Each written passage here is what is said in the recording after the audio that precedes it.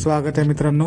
PM किसान योजनेसंदर्भात अतिशय महत्त्वाची सूचना सरकारतर्फे देण्यात आलेली आहे. माननीय पंतप्रधान नरेंद्र मोदी यांनी 2 ऑगस्ट रोजी वाराणसी येथून PM किसान योजनेचा 20वा हप्ता जारी केला होता.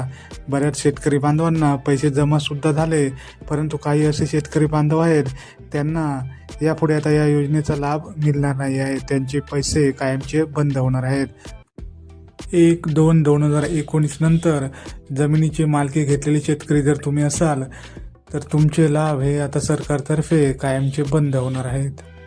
आणि दुसरी महत्त्वाची सूचना म्हणजेच ज्या प्रकरणामध्ये कुटुंबातील एकापेक्षा जास्त सदस्यांना लाभ मिळत आहे, उदाहरणार्थ पती पत्नी दोघेही, प्रौढ सदस्य आणि अल्पवयीन इत्यादी, तर या शेतकरी बांधवांचे प्रत्यक्ष पडताळणी पूर्ण होईपर्यंत तात्पुरते लाभ रोखण्यात आलेले आहेत.